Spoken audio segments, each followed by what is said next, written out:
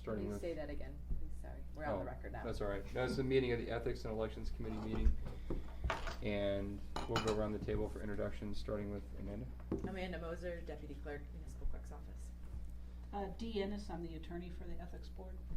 David Nesbitt, I'm here on behalf of the Ethics Board. Ted Carlson, on the Ethics Board. Keith Silver, Chair of the Ethics Board. Kathleen Plunkett, Anchorage School District Board Member. Adam Trombley, Assembly. And anybody else who walks in, we'll go ahead and recognize them as they walk in. So, one of the things challenges that came to our attention was that school district members or teachers are getting gifts. Right now the threshold's $50, they're getting gifts over that threshold, so it's kind of bogging down the board. But if you could guys, Keith, if you could, expound on that some more and Okay, is that? Yeah, that's Let's go through, we've got a little PowerPoint here that. I'm gonna And join you, we'll Dee. have it in a written form in a second. Yeah, that way I can see. Thank you. sit closer if you need to be able to see that. Very I'll hold impressed. you up. And while people are shuffling around, this has been, And I'm we sorry, need to- I'm sorry to interrupt you. Yeah, my name's Nat Hers. I just Nat? started at the ADN today. Oh, okay, very good. Just want to make sure. Yeah. our purpose here is not to keep the teachers. It's more, we need the public to educate, we need the press to educate, and the school district to educate the public as to what's going on, because unfortunately what happened is some parents are putting the teachers into a very awkward and compromising position. Mm-hmm. So it's not the teachers that are the target here.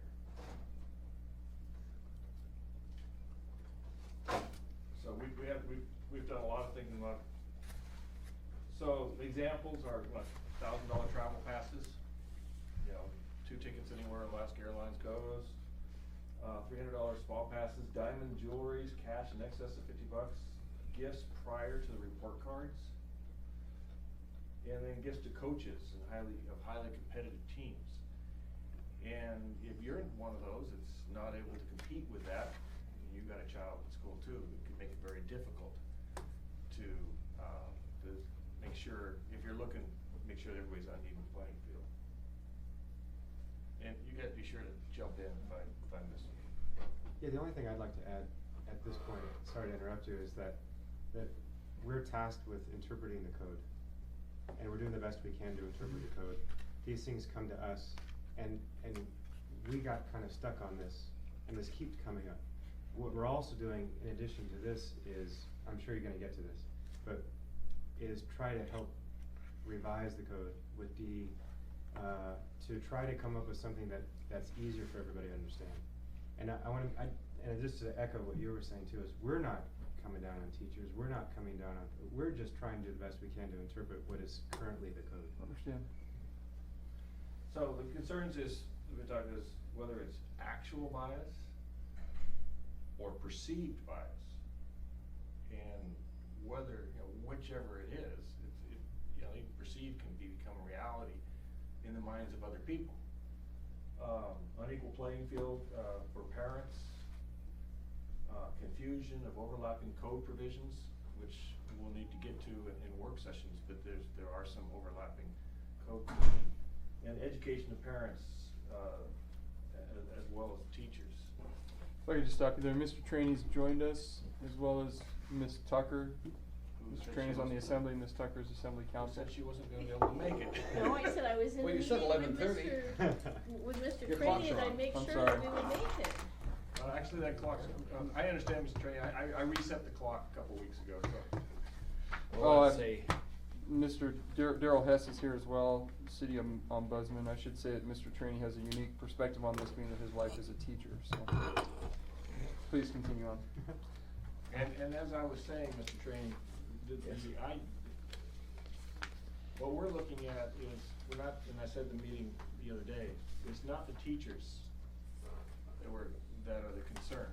I mean, the teachers have, but it's not, we're not trying, teachers may need some education, but it's the parents that are more concerned, and the parents that are putting the teachers into a compromising position.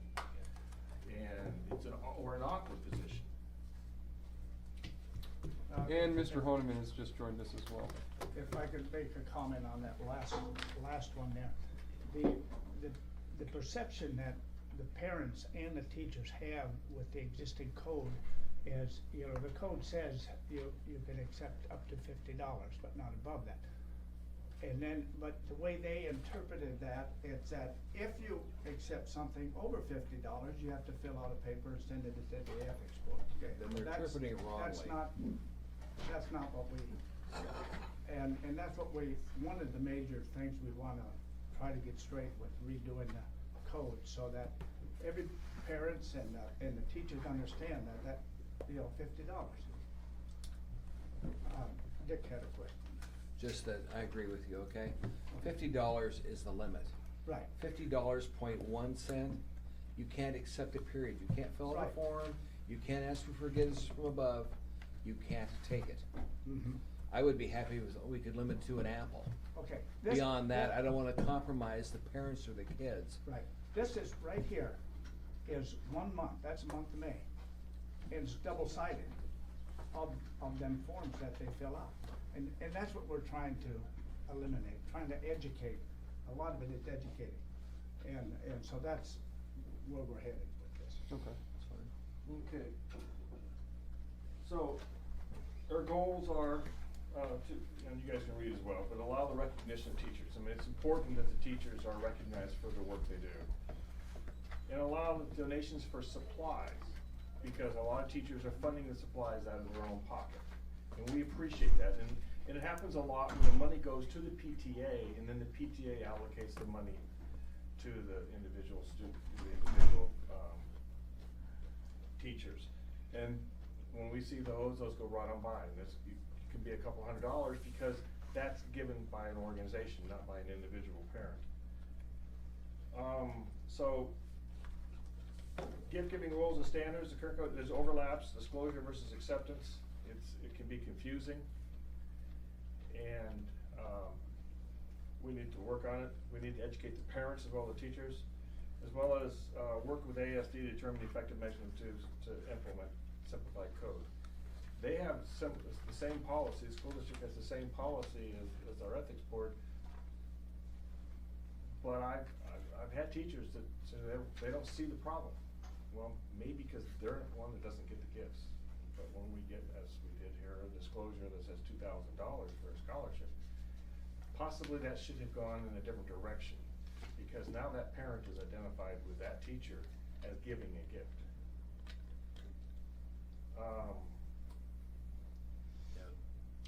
Mr. Tran? Can the school district send out a statement on behalf of the assembly and the ethics board to the teachers employed by the Anchorage School District, saying that they can only accept up to $50, that no gift beyond $50 can be permitted, nor can a waiver be granted? So if that's what you guys want, and it's what the assembly wants, can the school district send that out to all I their think they employees? can. I don't know that it happened this year with the transition, but I know in past years Carol has sent it out, but at the same token, I think it was interpreted different, that if it was over. I believe it was interpreted different. I've been on the board for Right, it 4 was or 5 years. interpreted that if it's over $50, you have to disclose. And we So need to that is, send I a think, new something, definition out to right, the employees. that it just need a clear definition of here are the rules and Because move that, forward. the list that he showed me, that thing that thick, Yeah. is ridiculous. Yeah. And, In 1 month. and quite frankly, and Yeah. you weren't on the school board at the time, but previous school boards were interested in talking to us. I couldn't get this meeting. Right. Oh, So, and I'm not, I mean, that's just, like I said, you weren't there, but we couldn't get there, but there are members of the school board who were there at the time. We could not get, I'm couldn't get the meetings. happy to work with it, I think it's a pretty important issue. So we need to give the distinction of basic parent giving to teachers versus gifts from groups to teachers. Gifts from groups to teachers haven't been an issue, like we're talking about the PTA. Yes, sir. Yeah, go ahead. Given that, and I understood there was a $2,000 scholarship to some educational, for the teacher, and that was a direct. Yes, direct cash given. So, had that person gone through the PTA, and then they identify that teacher as a recipient to go to the schooling on behalf, that would have been acceptable. There is a specific code in there for professional organizations to donate money, supplies, this sort of thing. And that's what we want to steer everybody through that organization. And then, rather than direct that to the teacher. Sure. Right. That's what it sounds like, it That's- would have been a that's more what needs appropriate way to read. route the fund. Right. And actually, if you don't mind me, Adam, what it No. could have been, from looking at it, it could have been done completely as a grant Right. to the school, and that's what would have been better, because I think it was Winterberry, and I'm not sure how their PTA works, because they have a different system since it's a charter school. So, but should have gone to the school, I think, would have been clearer.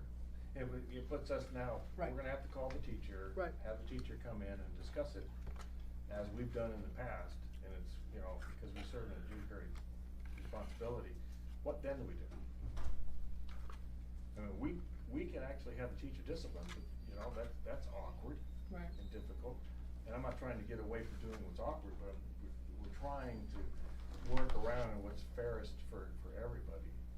And there were other mechanisms, possibly the parent didn't think of it, and they may not. Some of them have the economic level, they can give that kind of gift, and it doesn't mean anything to them. Like, for an example, the airline tickets. It was an airline pilot worked for Alaska Airlines. It doesn't cost them anything to give these passes out. But the teacher really received it. The teacher was in here crying with us because this was the nicest thing that everybody had done to them. And here they're looking at, they don't know what we might do to the teacher. We didn't, other than say, you know, in the future, it's not something that you really should do.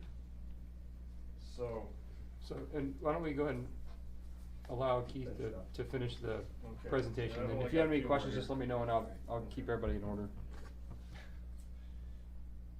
so donations to the school and anonymous gift giving is something is allowed.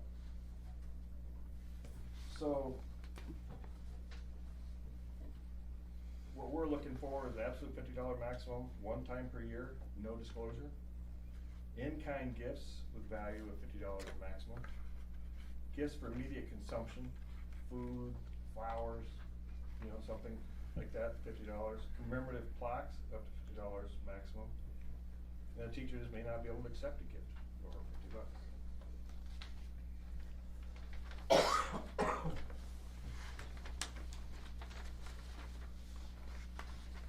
An alternative is a parent can make a gift through the principal or the PTA anonymously as the recipient.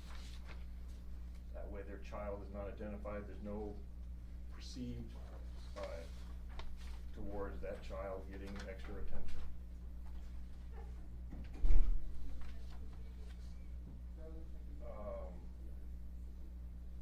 Supplies, parent to teacher, same rule, $50 maximum, no disclosure, or $50, no direct gift, anonymous must be given to the PTA or the principal. We'd like to get the principals more involved, partly because we're also seeing, we look at our list that we have a spreadsheet that we accumulate that we'll provide for you, but there's an awful lot of schools that just aren't reporting. So it's not just the ones that are reporting, but we have a lot that are not reporting. High schools and middle schools are probably not going to have the same level of this type of thing because, you know, a parent's got, you know, you got a child and you got 6 or 7 teachers you're dealing with, but in elementary schools, a lot of them. Gift giving to teachers can be done through the PTA, a business entity, majority of the team. No limit, but should be made through the principal for quick review of ethical concerns. And then we're recommending that maybe there doesn't have to be a, you know, something like that, no record kept by the principal.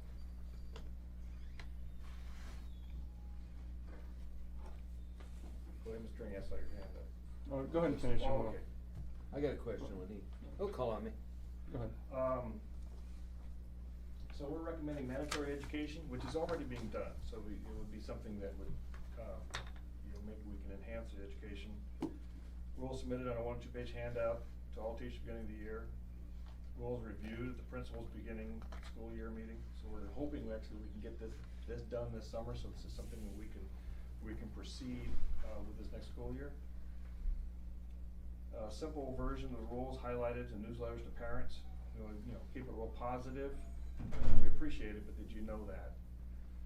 And the other thing is that many school districts, one in particular, the city of Boston, doesn't allow any gifts to teachers. Just like right now, we've got rules, you cannot provide any gift to a police officer. So, and that's obviously as a result of a change or some problems that they had. So we're gonna submit some ethic code revisions, reflecting the gift rules by the end of July, with some work session rules. We'd like to set up some appointments with the committee and work through and get that done. Okay. Mr. Trainee?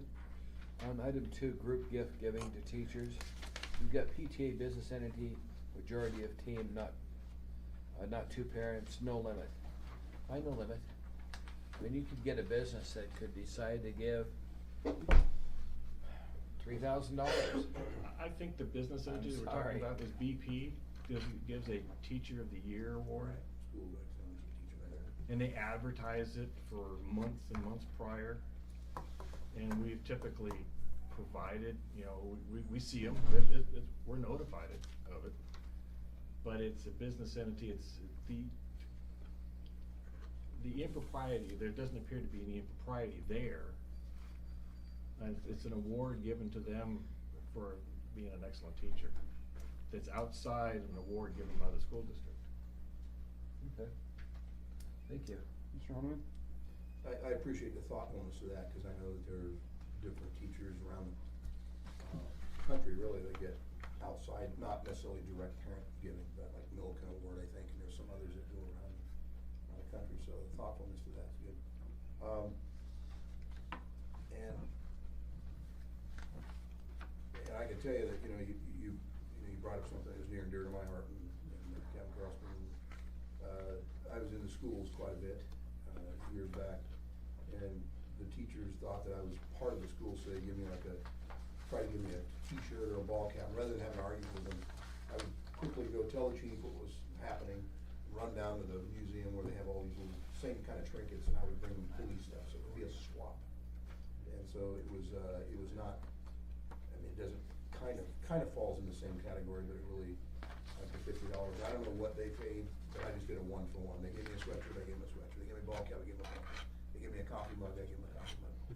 And I don't know if that's something that you might have thought about, but, to extend, to talk to teachers about, and you could go broke if one teacher and 25 parents, you'd be going broke trying to swap 1-for-1. That's something that, if someone's trying to go beyond the $50 amount rather than getting an argument, you show me your receipt kind of thing. And it is awkward to ask somebody, particularly the teacher, to ask the parent. Now, clearly the $2,000, it's pretty unique, I would think. I don't know that you talked about $1,000 gift travel reward. Well, there's been Coach purses, diamond jewelry. There's, Amazing. I mean, we see what, Remember the app? 3 or 4 a year, not a, Remember the app? not a real big list of the real big tick items, but if we go through the list, we're gonna have probably, we've been sending letters out. Yeah. I think we've got, 6 or 7 out of this last list that we need to do something. I bet there's a dozen to 2 dozen over 150 and up. The $2,000 passes. And what have you done, or, you talked about hauling them in because of the disclosure. And there's only been one of those, and that's the one who got the airline ticket, that I'm aware of, at least in my. We send them out a form letter if it's over $50. Just say, can you reconsider this, give it some thought, it's probably not allowed, and we're trying to, give you some friendly advice Sure. at this point. So you leave it on the teacher to Yeah, report what and they did with it? and they think that's traumatic enough. I mean, really, they take that very seriously, and so Sure. we're aware of that too. And the person we called in was in tears, and that's not the point of this board. Ted? Now, what we would, like to do, is to put forth this, and we've discussed, maybe we need to change them figures, maybe it needs to be a little over 50 or whatever, or one of these other gifts, we're gonna look at that. The thing we wanted to do though, is to have a firm figure, that's it. nothing over. But some of these others that come from an organization should go to the, you know, from there to there, but it should be documented and approved by the principal. Say, then it doesn't have to come here at all, you know, and if the principal has a question, or is not sure, he sends it to us, you know. That would, I think, eliminate a lot of this stuff here, and put the responsibility where it belongs, you know, with the school district. Okay. Mr. Harmon? Thank you, Mr. Chairman. And I guess to both sides, Ms. Plunkett, I know you're here from the district. I don't recognize any other actually from the school district. I'm the only one, Cameron's not here, don't know what happened. Have you had dialogue with this ASD headquarters to find out what their thoughts are with that? I mean, We've had trouble meeting with them. I see. Yeah. I think that's my role here, I see. is to So, okay. work and Yeah. So this, Take it back. it would actually seem like a pretty logical thought, because at least it was documented. No one can later say that, you know, rumor, you know how the word of mouth, there's how many teachers in the district, and Well, let me give you an example, if I may. Mhm. You know, say I have 2 kids in school, okay. I got one real good kid, this sort of thing, so I make a donation and this sort of thing goes in, okay. And the teacher, everything goes fine. The next kid is a bully, whatever, like that, and so they do some discipline, and I go in there, or go before the school board and say, hey, I give that teacher, that same teacher, I give her a gift of $150, you know, this sort of thing. You know, you don't want that to happen, and it could happen. It can come back to bite the teachers, and that's what we want to eliminate, so that nobody has anything in a skeleton in their closet. We don't want that, and that's why this way it would all be documented and approved and this sort of thing. Mr. Trainee? Amanda. I'm sorry, were you, was? just you real was- quick follow-up. Sorry. While you're talking to the schools, Ms. Plunkett and the commission, perhaps a recommendation, and it sounds like more like an internal P&P rather than, we could put it in code, I suppose, but, the documentation and perhaps a receipt, whether it's electronic or a form that acknowledges, with a caveat that says that, you know, the receipt of this gift in no way constitutes a quid pro quo, or, you know, something that, you know, bias, real or perceived, for you or any other member of your family in the school, within the Anchorage School District, that, you know, it's appreciated and it's acknowledged, and and I think that goes a long way with education too, not just to the teacher, but also to the parents, so that they recognize that, you know, hey, this is something that, like you say, they can't then come back later and say, look, we sent you this on this date, Yeah. we acknowledged the receipt through this committee, the principal signed off on it. Here's the electronic copy of what we sent. I mean, I don't know if that's a P&P thing or something that belongs in code, but it's just something to talk about. Mr. Trainee? Amanda, when's the next time we meet with the school board as an assembly? No, August, I believe. August or August. September. I'll check the. I know you guys are shooting for the end of July, but we have a quarterly meeting with the school district. We could bring this up as an item with our joint assembly school board meeting. If you're not getting resolution from the school board, we could add this to our committee meeting and you can get resolution and you can have the school board members there to talk to all of them. It's up to you guys, we can do that. Cause you said they weren't talking to you, I wanna make sure. Well, I have to, the previous administration and previous school board Okay. was, I mean, I shouldn't say, Carol Cuomo and Eric Tolson were here on numerous occasions and came and met with us, but we just didn't seem to get anywhere. Well, Amanda's gonna check, and she'll come back and tell us what the next joint board meeting is. So, I'm just saying, we may have to move your July back to after our joint board meeting with the school board and the assembly. Cause then you'll have all the players there, assembly, school board, everybody. So maybe you wanna draft. When The is it? school board meeting is not until September 20th. Okay, that's what you're dealing with. In order, Dee, you had something to say? And this was a while ago though, but I just wanna, we have actually heard from parents as well, with respect to competitive, sports teams, because if someone gives a gift and that sports team ends up with scholarships to college, so there is a lot more swirling than people realize. Sure. So in the higher grades, that's where you see this on the sports teams. Kathleen? The marching orders, the areas that I see, and, Dick, I mean, I think it's something, if you're looking at working for July, that Cameron's head of the policy committee, and I've probably worked more from my Muni days as well with the ethics board when Ken, put it in. So or the code, so I'm certainly happy to work with you between that and even the September date, but the areas where I see ASD would need to change is, one is with the inform of the new code, changing our policy, and then on top of that, procedures, and that's where Cameron would come in, but for my 2 cents, I think it's something that could be worked. The policy committee doesn't meet until sometime in August, so it's kind of, we're quiet in July, but doesn't mean that we can't work on what we need to do and what changes we're looking at, and kind of do them concurrent. For my 2 cents, it'd be better to do it sooner rather than later for the start of the school year, If for we my can- 2 cents. We can And make at that, that least- would be fine, I'm just saying, it's a stopgap measure. As a final, Bring it up to September if we have to, I'd much rather see action done ahead of time, yeah. but if we can't get it done, I intend to put it on our joint board meetings, when I'm telling you, if we don't get resolution. Or maybe before it's, then. so maybe it's resolution with just an update, which I think would be good as well. Ted? You know, what we wanna make sure that doesn't happen, that, you know, the assembly starts, you know, trying to put something together, the school board starts trying to put something together. You know, what we would like is to let us put something together, and this July date was basically for us to put something together to give to the school board, to give to the assembly, let you guys review it, and then eventually it has to be a public hearing, for there. So we don't wanna create a lot of work for a lot of people. That, Where we can do what you wanna do, it's just that by all the time all this works, we introduce it, we gotta wait 2 weeks to act on it. right, So it's still gonna probably being September. yeah, So I'm just saying, gives us good time to work with But our our goal is assembly to, board, school on board this members. July 31st, is to Okay. have what we have put together to you. And that's fine.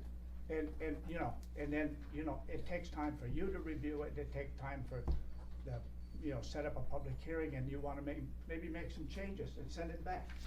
You know, this is, but we gotta get going with it, that's something that, you know, we've been No, I agree struggling with you, over, we just, yeah. we need to take action. Keith? Actually, this is directed to No you, worries. Kathleen. Do you know of a contract issue between the teachers and the principals that the principal would not be able to do what we're requesting? And then that may be an unfair question to ask you to answer today. But you see where I'm coming from, I don't want. Well, and the fact that we're working on a contract right now, with the teachers, I'm not aware of one.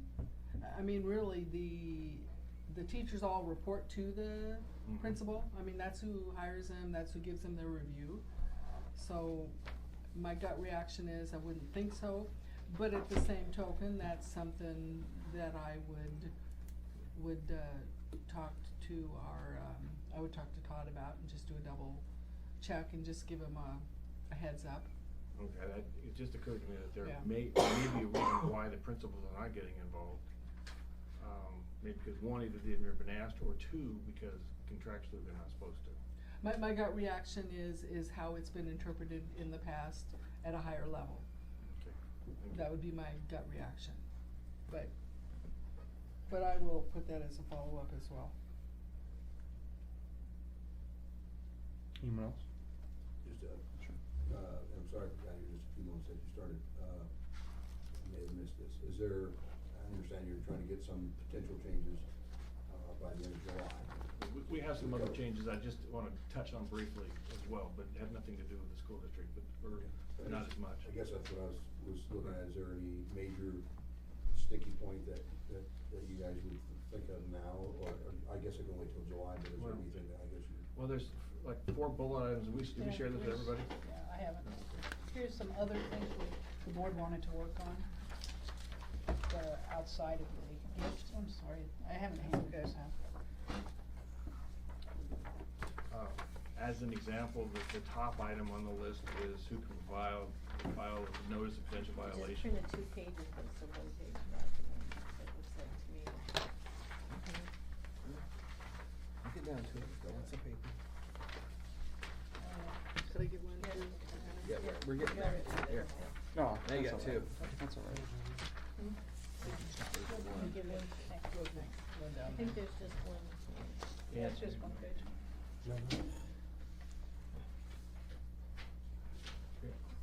Currently, either the individual themselves, the municipal attorney, or the city clerk can file notice of potential violation. Yet the public tends to go to the ombudsman, and we're requesting that the ombudsman be, and since the ombudsman reports to the assembly, we're requesting the ombudsman be added on that list.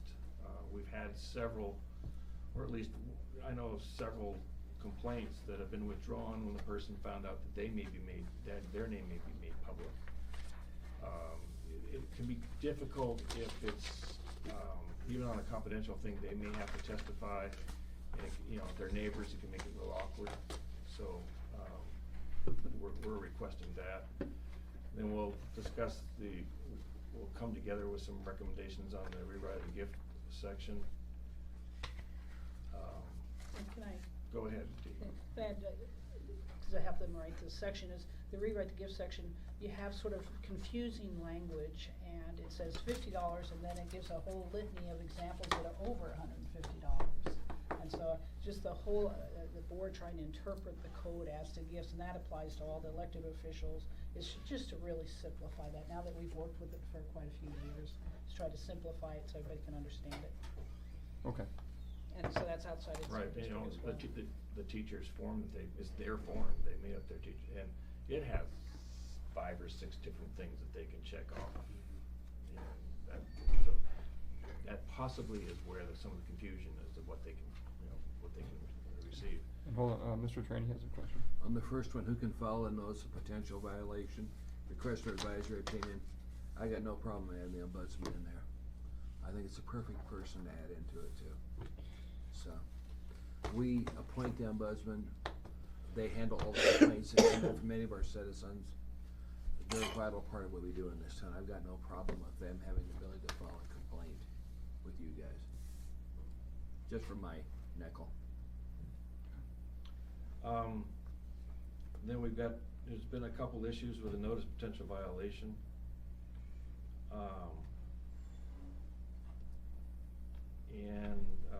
Which is noted here, as well as confidentiality. There's been, especially in confidentiality, there's been a couple cases where confidentiality was breached by the complainant, and we've had to dismiss.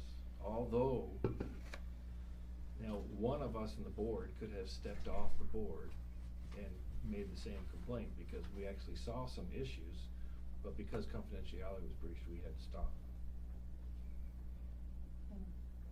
Dee? I think part of the confidentiality is a better explanation or definition of what that means. For instance, if someone calls up to the 8th floor to the mayor's secretary and says, I have a problem with this, what do I do? Have they really breached confidentiality? Are they really trying to publicize the problem in a second form?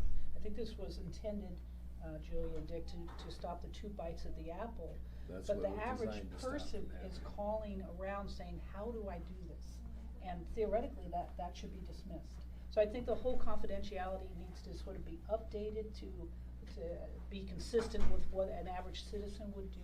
You know, they've gotta reach out, how they do it. It's really to stop the grandstanding. Right, yeah. So we need to expand that section a little Okay.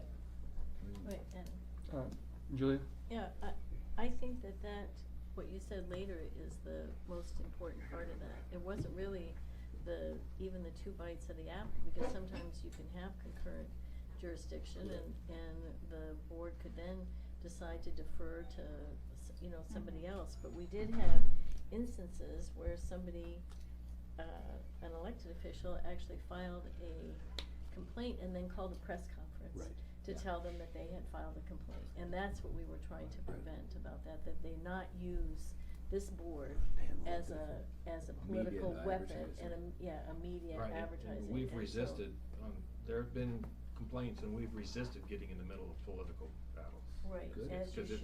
it's, What's Yes, ma'am. interesting here though is now with technology, people are blogging. So they come to us and now they've blogged it, and we dismissed one for that. Well. Is that appropriate, or? I think it's probably nothing to do with it the next time. actually, the individual. You guys did a good The job. individual had published an article, but the publication didn't happen until after the complaint came to us. He had sent the article in by email. That particular article was not published until we received the complaint. But we had, we had to dismiss. That particular issue was one that, there was some issues in that particular case that probably the board would have liked to have taken up just in part of the investigation, because we spent a lot of time going through the investigation and talking to a lot of people. And in that one, there was some issues that probably could have been addressed, but because the whole complaint was dismissed because of lack of confidentiality, a lot of those other issues didn't get addressed. Yes, Paul, sorry. No, it's all right. Go ahead, Mr. Romo. Thank you, Mr. Chair. As a practical thought, just a question, to the commission, do you have an investigator or a resource investigator to staff? Or is it just after a complaint is raised and you kind of review the facts and try to validate? I mean, cause to a true investigator, there's vetting for bias and factual. Absolutely we don't, and the one role that the municipal attorney's office, which staffs this ethics board, is when we get a notice of potential violation, I at least try to find out who are the key players, maybe have them available for the first meeting, cause this is a month-by-month board. Sure. And if we wait for them to do it, so we try to at least get the resources to them the very first meeting, but a true investigation, no. And that somewhat relates to the paragraph above here, the notice of potential violation. If the board determines the facts alleged, even if proven, do not constitute a violation, well, but you have to, you may spend 2 or 3 meetings to figure that out, and are you making factual determinations? And shouldn't the entire city benefit by some of the information you discovered? Because if it's here, it's generally, there's something there, it's something that needs to be improved, could be done better. But your question, no, we don't have an investigator, and to ask a small board Right. to carry out some of Part-time these volunteers. major investigations. I have all the faith in every problematic. one of you as members of the commission. My question is that do you have the time to vet facts? Cause anybody can make an allegation, it's the facts would take time to ferret out. So I don't know if this committee, your body needs to look at perhaps some sort of a staff, I don't know. Off the top of my head, the Equal Rights Commission have investigators, perhaps some shared responsibility on a time-to-time basis. I don't know, something. It just seems like that's one that's, if you will, authorized by both the administration and the assembly and has confidentiality or something. It's just one thought. Mr. Trainee? I think we might need to, but we also need to look at increasing our staff in the clerk's office. Of course. Because we consistently give them duties, we say the clerk's office will, but we've not seen their staff increase. And the problem is when we start throwing these jobs out, like an investigator for you guys, which we need to put the dollars with it to make it really happen. But, well, I guess we can talk offline. We can talk offline. In the past. I think we both agree on it, we just have to work out the details and all of it. I just wonder if the ombudsman might be a good resource there. I mean, you do that kind of, you do that type of investigation, you're impartial. So you're trying to give stuff to us, here we go. I was thinking when you were talking about you uncover issues in the course of investigation, maybe there wasn't a violation, but issues regarding policies or codes or whatever that maybe they need to be changed, that's what we do. We make recommendations regarding code and policies, so, yeah, there is some opportunity to be of assistance there, I think. But by charter, we wrote it, you cannot investigate the assembly nor the mayor's office. Correct. So Or the keep school in board. mind, they can't do Or that. the school board. Or school board. Well, No elected officials. Okay, but so far, with one exception that you've mentioned, we haven't had, the ombudsman could have helped us. In one particular, the one that was dismissed for confidentiality, it would have been a lot of help. At that time, it would have been Barbara helping us, but, it would have been able to help. I think Because is a great asset. I just wanted to put the parameter out there on what they can't do. Ted? Yeah, that's one of the, you know, with the changes, you know, to add the ombudsman, and that's what I was gonna mention, you know, that's a resource we'll be able, with the change, we'll be able to, bear. But we have a tremendous board right now that is basically an investigative board, the whole board. And we've called witnesses in and this sort of thing and discussed that, so it's working real well what we have, and I don't see a need for an investigator at this point because of the ones that are on the board. I mean, we have a vast variety to choose from, but if the need ever arises, of course, then we'd go to the assembly and ask for an investigator if you know, a one-time deal. We have this case that we need some help on, and you know, will you fund an investigator for us for this particular case? You know, we don't have a problem doing something like that, but just to, you know, to hire an investigator to work with the board, I don't think it's necessary at this time. Julie?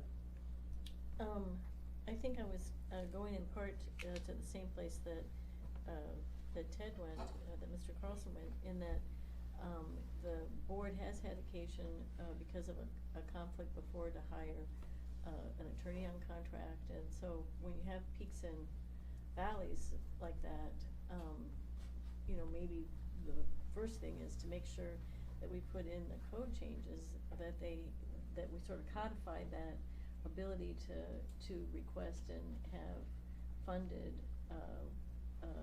you know, special, on a special basis. The other item I was gonna ask about is, in the same way that, it didn't occur to me until we were talking about this, in the same way that, you're thinking of having the, ombudsman be able to, request an advisory opinion.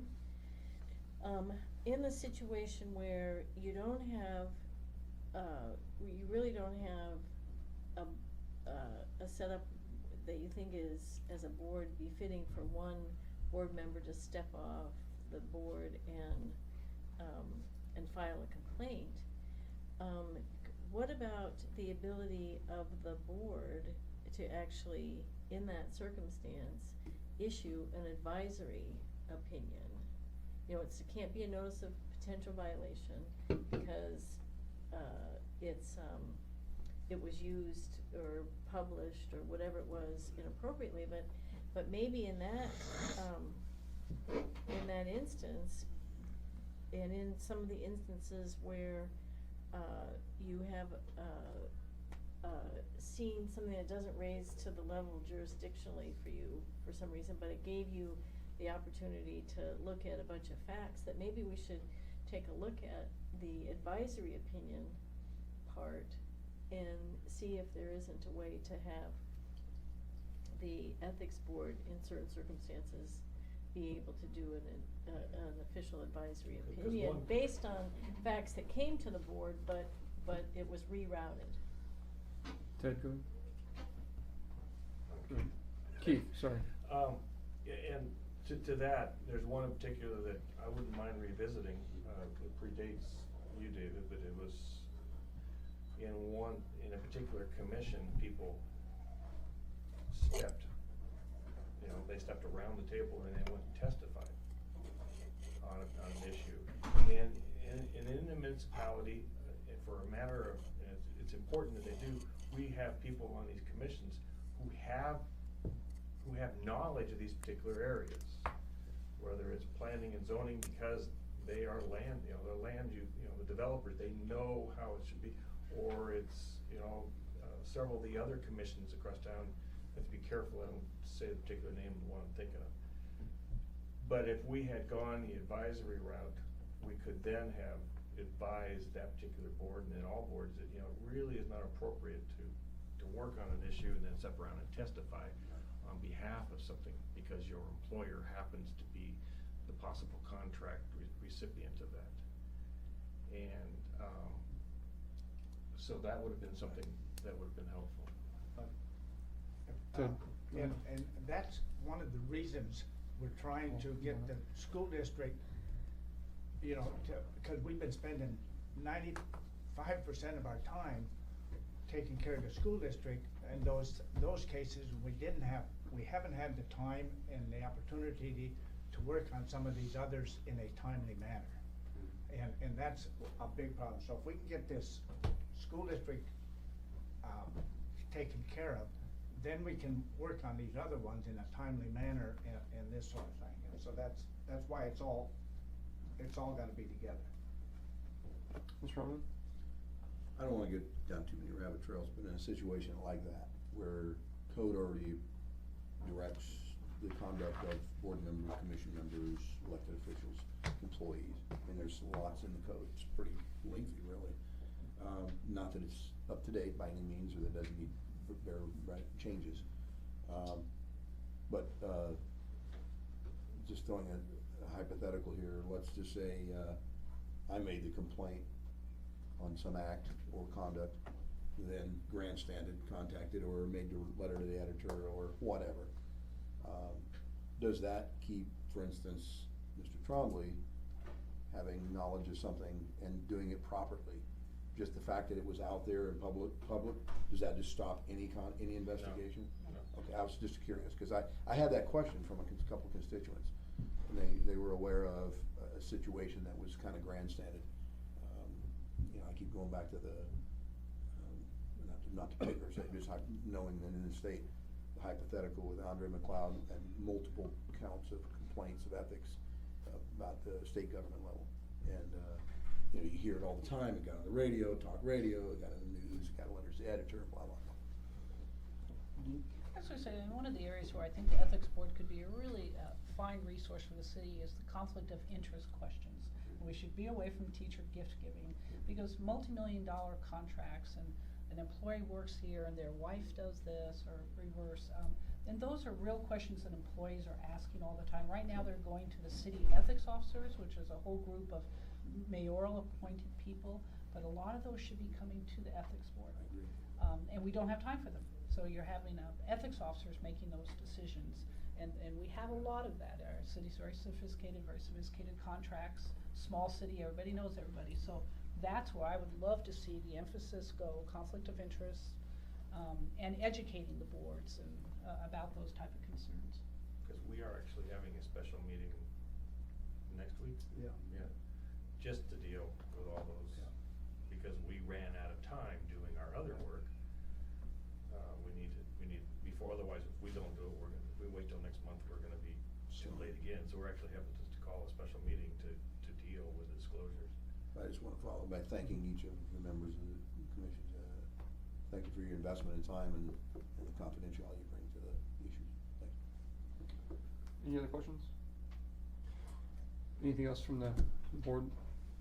Okay, if I could just kind of recap, so we're all on the same page as far as scheduling goes. This is what I've gathered, and if I'm wrong, please correct me on this, is the timeline that we have so far is that by July 31st, the Board of Ethics is gonna make recommendations of code changes to the assembly, and that's gonna be dealing with the teacher stuff, as well as the other code changes that you mentioned here.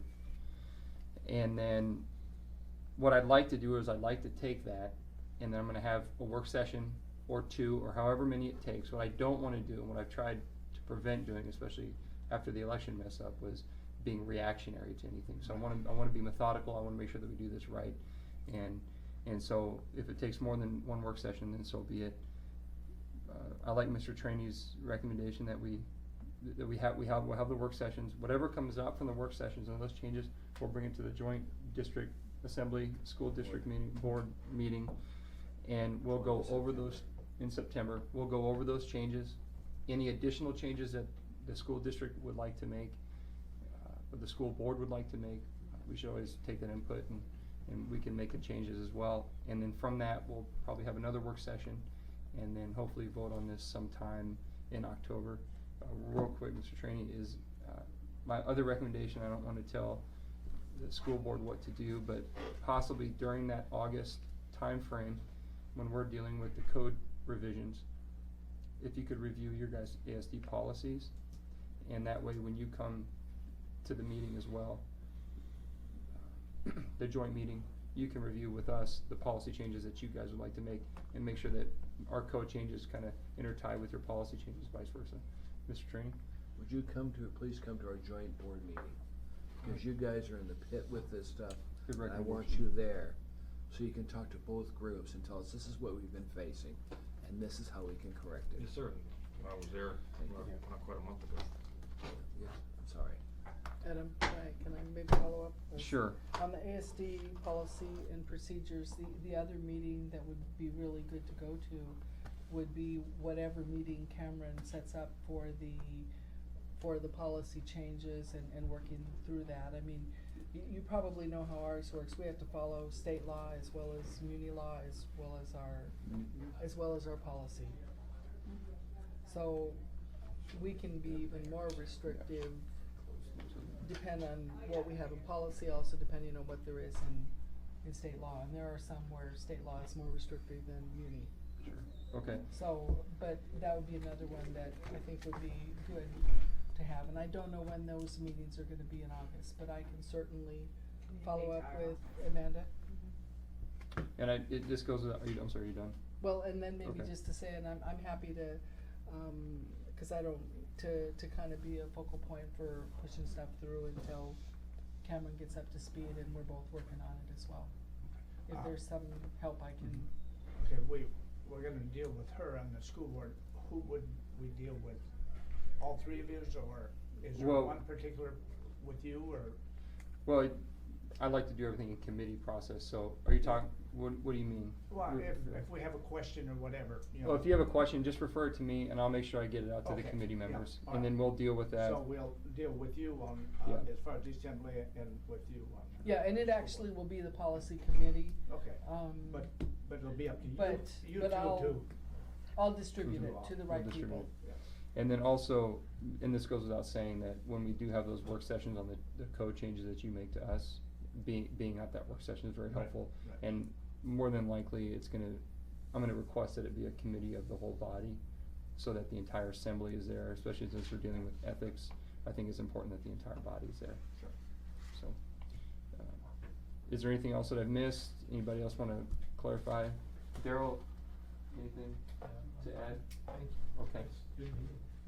Daryl, could you check and see what the workload would be increased to your office? Do you know if when we you'll, bring it into go this about one, if you got scheduling the assets? work that we're sessions in looking at? July, and whether there's, work sessions In August? August? You know, let me look at my schedule and I'll That's good. try to get it done as soon as you, Well, are you you guys don't need think? their draft before you schedule a work session. They've said they'll have the draft by the July 31st. Yeah, so I'll schedule it sometime. I'll look at the schedules, work through the clerk's office as far as when it works for everybody in August. Alright, anything else? Alright, we're adjourned. Very good, thanks. Kathleen?